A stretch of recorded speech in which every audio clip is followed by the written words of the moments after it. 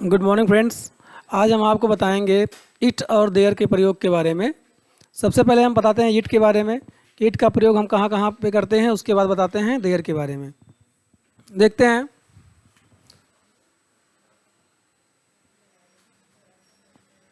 Use of it. It जो शब्द है, इट का मतलब यह भी होता है, यह होता है, वह होता है। इट का प्रयोग सबसे पहले हम देखते हैं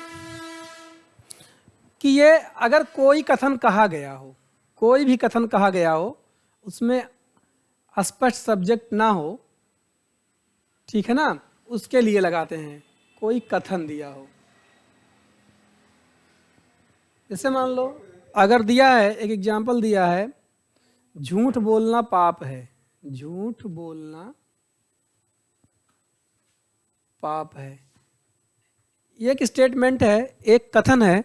अगर इसका ट्रांसलेशन अगर हमें करना हो तो हम इसको इट से लगा के कर सकते हैं। तो कैसे करेंगे? पहले लिखेंगे it is sin. It is sin, उसके बाद लिखेंगे to tell a lie. It is sin to tell a lie. अगर ऐसे भी कोई मोरल स्टेटमेंट अगर दिया हो, कोई मोरल कथन दिया हो, तो उसका प्रयोग कोई जैसे कथनी कहते हैं, कोई कहावत कही गई हो, तो उस हिसाब से हम इट का प्रयोग करके जो है इस प्रकार के सेंटेंस को हम कर सकते हैं। अच्छा, इट का प्रयोग और कहाँ पे होता है? इट का प्रयोग अगर कोई नेचुरल बातें कही गई हों, नेचुरल, अगर नेचुरल बातें कहीं पर कही गई हों तो हम क्या करते हैं, कहाँ कहाँ पे इट करते हैं? इट का प्रयोग सबसे पहले अगर कोई समय की बात की गई हो तो हम क्या करते हैं? इट का प्रयोग करते हैं। मौसम संबंधी कोई बातें कही गई हों, कोई कथन कही गई हों, तब भी हम इट का प्रयोग करते हैं। अगर हमें टाइम बताना हो, जैसे बजे में कोई टाइम बताना हो, तब भी हम इट का प्रयोग करते हैं।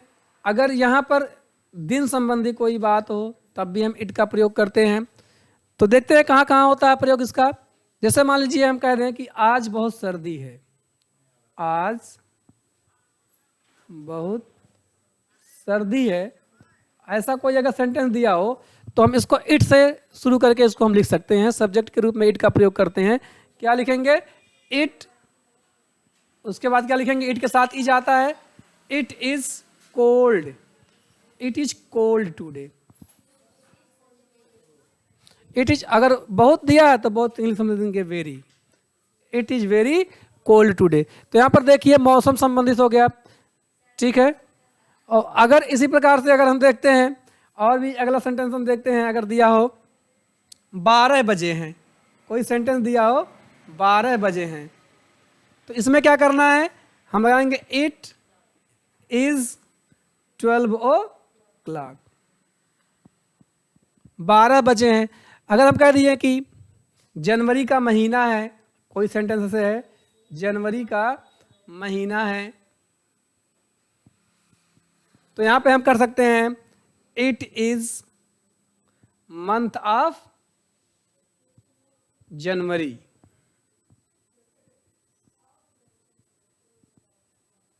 It is month of January. तो यहां पर आपने देखा समय भी हो गया, मौसम भी हो गया, कोल्ड मौसम हो गया, बजे हमने बता दिया, हमने दिन बता दिया।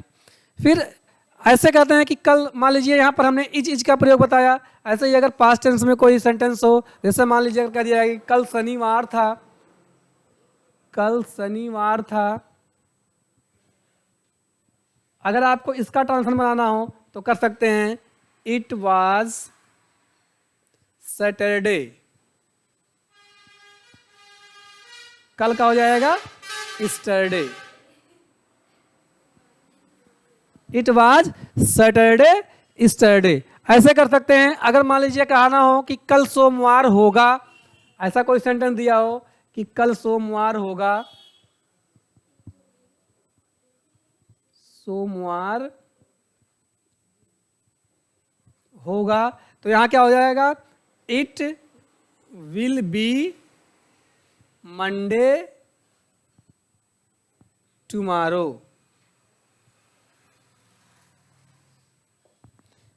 TOMMO क्या होता है?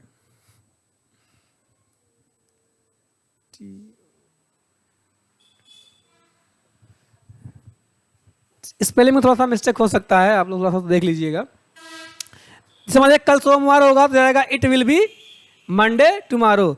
इस प्रकार से अगर सेंटेंस मैंने आपको बताया था, आपके दिमाग में ये चीज़ें तो जरूर होनी चाहिए कि is, I am, are, was, were, will, shall plus be, ये चीजें कहाँ कहाँ पे लगेंगी ये आपको आपके समझ में आना चाहिए, क्योंकि सेंटेंस में बार बार इसी का यूज होगा और जब आपको नहीं आएगा तो दिक्कतें होंगी।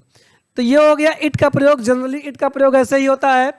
इट का प्रयोग वहाँ पर भी होता है जैसे बहुत बहुत छोटे बच्चे की बात की जाती है, एक बेबी की बात की जाती है, तो बेबी के स्थान पे इसको जो पर्सनल प्रोनाउन के रूप में भी लगते हैं, पर्सनल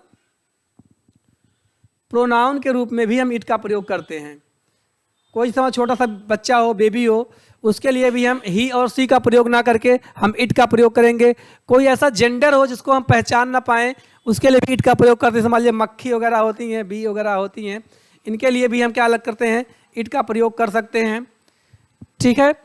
इट का प्रयोग हम किसी वस्तु के लिए भी कर सकते हैं। कोई वस्तु जैसे मान लो चेयर हो, पेन हो, कलम हो, इनके लिए भी हम इट का प्रयोग करते हैं। लेकिन देखिए इट का प्रयोग होता है और दिस का प्रयोग होता है, लेकिन जो दिस का प्रयोग होता है यह भी यह के लिए होता है, इट का प्रयोग भी होता है यह के लिए। लेकिन जो यह दिस का प्रयोग होता है यह किसी वस्तु की दूरी या नज़दीकी को बताता है, दूरी या नज़दीकी को बताता है।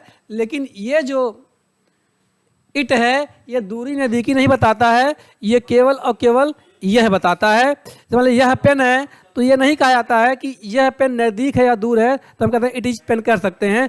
लेकिन अगर कहा जाए यह पेन है और पेन बहुत नज़दीक है तो हम वहाँ इंडिकेट के लिए हम दिस का प्रयोग करते हैं। चलिए आगे देखते हैं। कुछ सेंटेंस हम आपको दे रहे हैं, आप लोग बताएंगे उसका ट्रांसलेशन।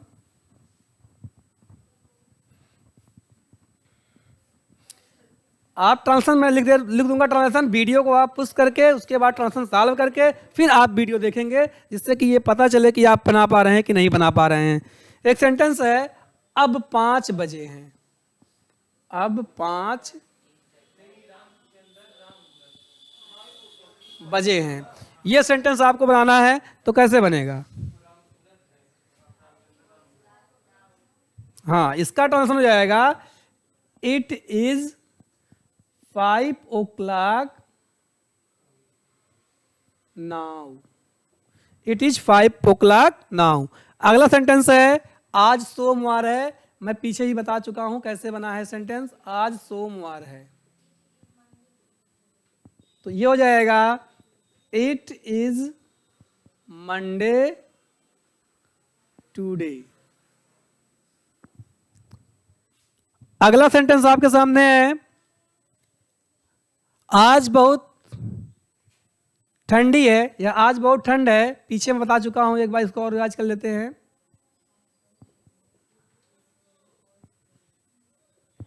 तो जाएगा it is very cold today. अगला सेंटेंस है जोर से वर्षा हो रही है,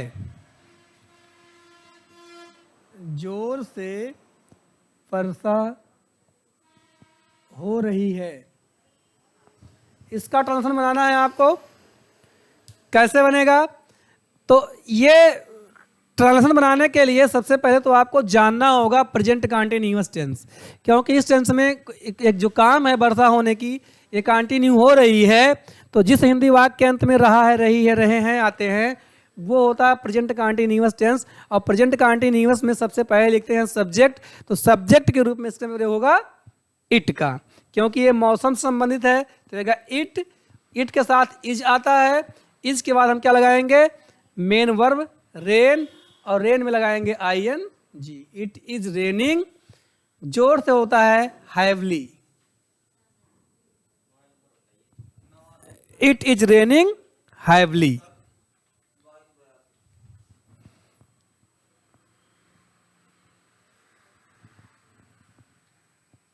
HEAVILY।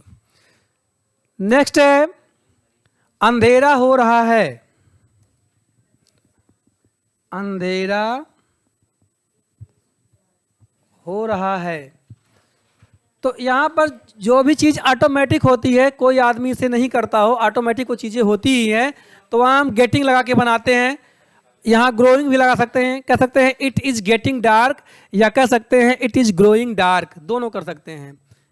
It is growing, grow माने होता है होना, इट इज़ ग्रोइंग डार्क, या तो यहाँ हम लिख सकते हैं it is getting dark.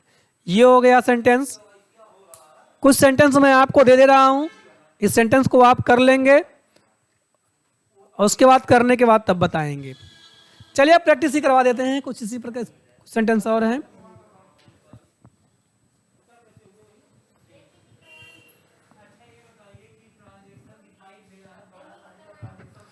Sentence जो है दे रहे हैं, करते रहिए। बुधवार का दिन था, एक सेंटेंस है, बुधवार का दिन था,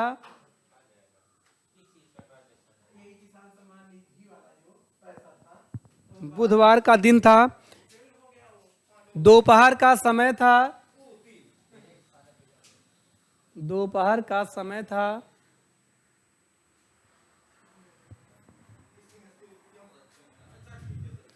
मेरे घड़ी में 4 बजे हैं,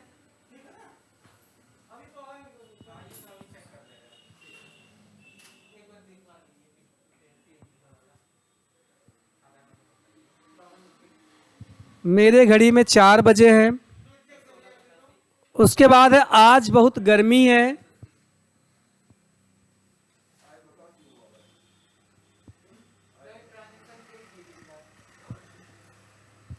आज बहुत गर्मी है।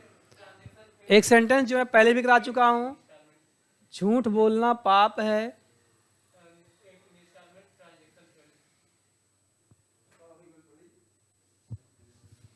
झूठ बोलना पाप है।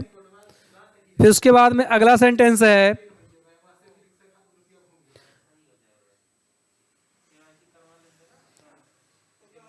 बाहर बूंदाबांदी हो रही है,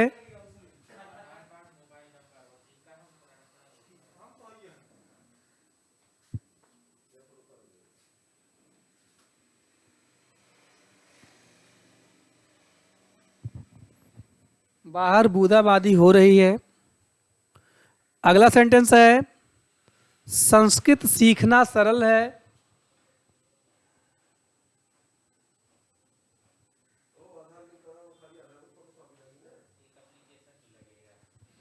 संस्कृत सीखना सरल है।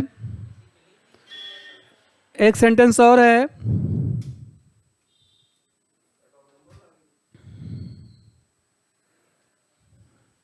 दृश्य सुहावना था,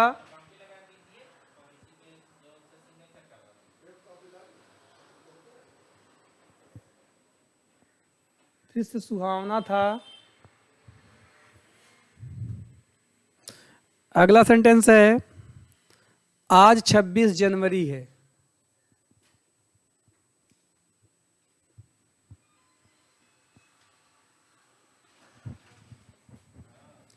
ये जितने भी सेंटेंस हैं ये आपको करके दिखाने हैं, ये आप करके लाएंगे। उसके बाद में फिर मैं जो है आगे मैं जब अगला वीडियो मेरा आएगा उस वीडियो में इसको बताऊंगा कि इसका आंसर क्या होगा, और साथ ही में जो है फिर आगे पढ़ाऊंगा।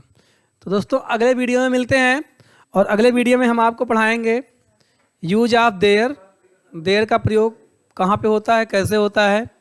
बहुत सिंपल है, जब इस प्रकार के सेंटेंस हमारे सामने आते हैं तो एक बार हम कर नहीं पाते हैं, मैक्सिमम स्टूडेंट नहीं कर पाते हैं, लेकिन बहुत इजी सेंटेंस है, सारे सेंटेंस हैं। अगर एक बार दो बार अगर आप वीडियो जब मौका पाएँ आप देखते रहिए तो आपको आता रहेगा।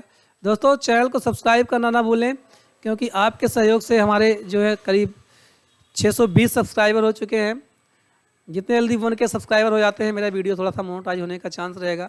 आप लोग सब्सक्राइब अपने दोस्तों से ज़रूर मेरा चैनल करवाएं। दोस्तों मिलते हैं अगले वीडियो में एक अगले टॉपिक के साथ। Thank you for watching, have a nice day.